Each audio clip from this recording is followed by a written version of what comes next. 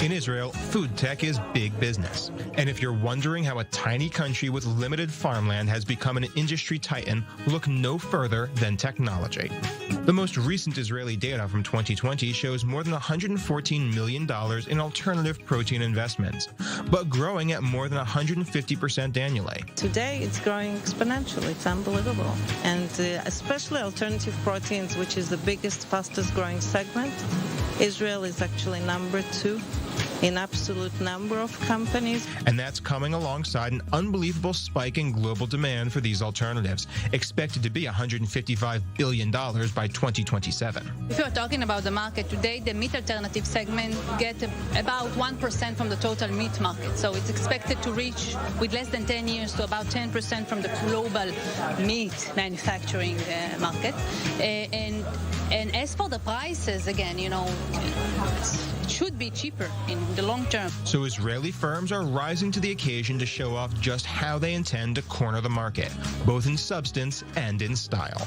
It looks just like a real burger, it smells just like a real burger, but it's entirely plant-based. That's not the most innovative thing about this burger, though. This was not made by human hands at all.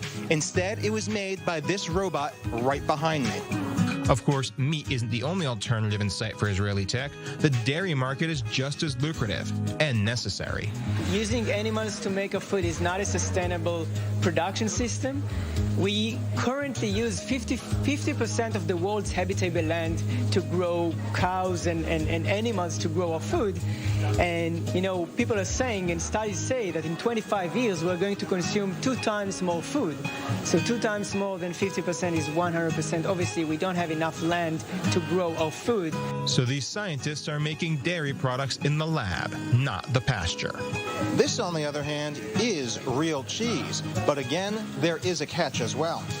It might be real cheese, but it never came from a cow or a sheep or a goat or any other living creature. Instead, it was made from yeast and fermented into the exact same proteins as regular cheese. And if you're wondering, tastes just like cream cheese.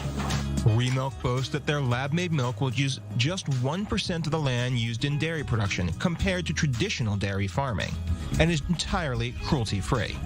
These are just some of the dozens of Israeli firms preparing to serve up tomorrow, with everything from lab-grown meat to cricket farms, with new food for a new generation.